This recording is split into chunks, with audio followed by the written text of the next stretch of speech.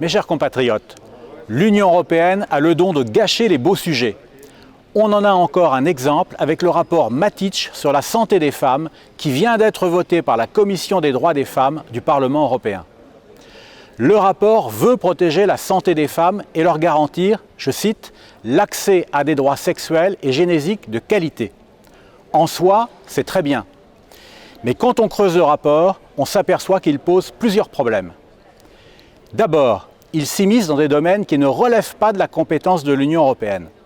La santé et la famille sont en effet des domaines que les traités européens laissent aux États. Il est scandaleux de constater que le Parlement viole les traités européens à chaque fois que ça l'arrange. En deuxième lieu, le rapport Matic promeut un modèle communautariste dont les Français ne veulent pas. Il se place en effet dans une logique de groupe en demandant d'accorder, je cite, une attention particulière aux groupes marginalisés, notamment aux femmes issues de minorités ethniques et religieuses et aux femmes migrantes. En troisième lieu, il nie les traditions et les spécificités des États membres de l'Union en cherchant à leur imposer un modèle unique.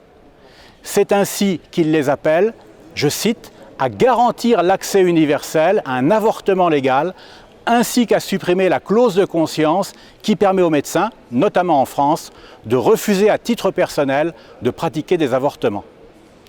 Cette prise de position est regrettable, car l'avortement est un sujet tellement sensible qu'il vaut mieux laisser chaque nation européenne le réglementer à sa convenance.